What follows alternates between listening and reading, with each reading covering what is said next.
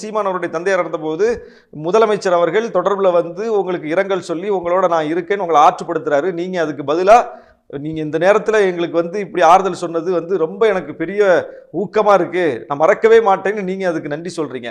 இதுதான் பண்பாடு. இந்த பண்பாட்டை வளர்க்கறதுக்கு என்ன உண்டு அதை சொல்லணும், அதை செய்யணும்.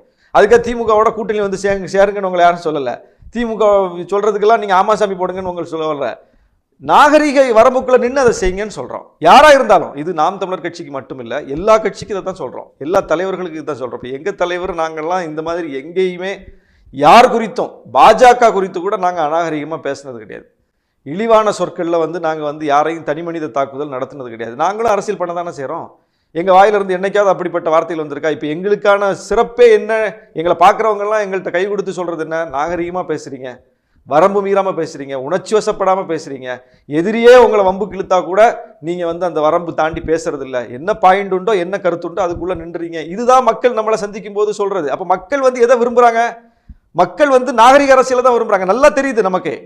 நீங்கள் பேசக்கூடியதை உங்களை ஏற்றுக்கொண்ட அந்த இளைஞர்கள் வந்து கைத்தட்டி விசில் அடித்து ஆரவாரம் செய்கிறாங்கிறதுக்காகவே நீங்கள் திரும்ப திரும்ப ஒரு தவறான அரசியலை கற்றுக் கொடுக்காதீங்க. அது சரியான போக்கு கிடையாது. இதை பார்க்கிற எந்த மக்களும் உங்களை ஏற்க மாட்டாங்க.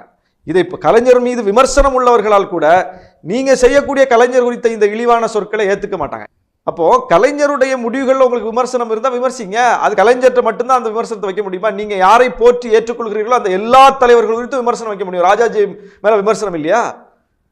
ஜெயலலிதா மேலே விமர்சனம் இல்லையா? காமராஜர் மேலே விமர்சனம் இல்லையா? மாப்போசி மேலே விமர்சனம் இல்லையா? எந்த தலைவர்கள் மேலே விமர்சனம் இல்லை? எல்லா தலைவர்கள் மேலே விமர்சனம் இருக்கு. அதுக்கெல்லாம் அவங்களெல்லாம் வச்சுக்கிட்டு நீங்கள் வந்து இழிவாக பேசிக்கிட்டு இருப்பீங்களா? அவங்க குறித்தெல்லாம் இழிவான பாட்டு பாடுவீங்களா? அப்போ கலைஞர் ஆயிரம் நல்ல விஷயங்கள் பண்ணியிருக்காரு. அவ்வளவு அவருடைய நலத்திட்டங்கள், அவருடைய திட்டங்கள், அவருடைய சட்டங்கள்ல வந்து எல்லா சமூக மக்களும் பயன்பெற்றிருக்கிறார்கள்.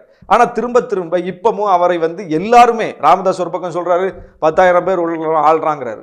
அந்த பிரேமலதா வந்து இன்னைக்கு இருக்கிற முதலமைச்சரை அவ்வளவு மோசமா விமர்சனம் பண்றாங்க. சீமான் இவ்வளவு மோசமா கலைஞரை குறித்து விமர்சனம் பண்ணிட்டு இருக்காரு. அப்போ இதெல்லாம் வந்து விமர்சனமே கிடையாது, இதெல்லாம் அப்பட்டமான அவதூறு, அப்பட்டமான இழிவு. அதனால இது கண்டிக்கத்தக்கது.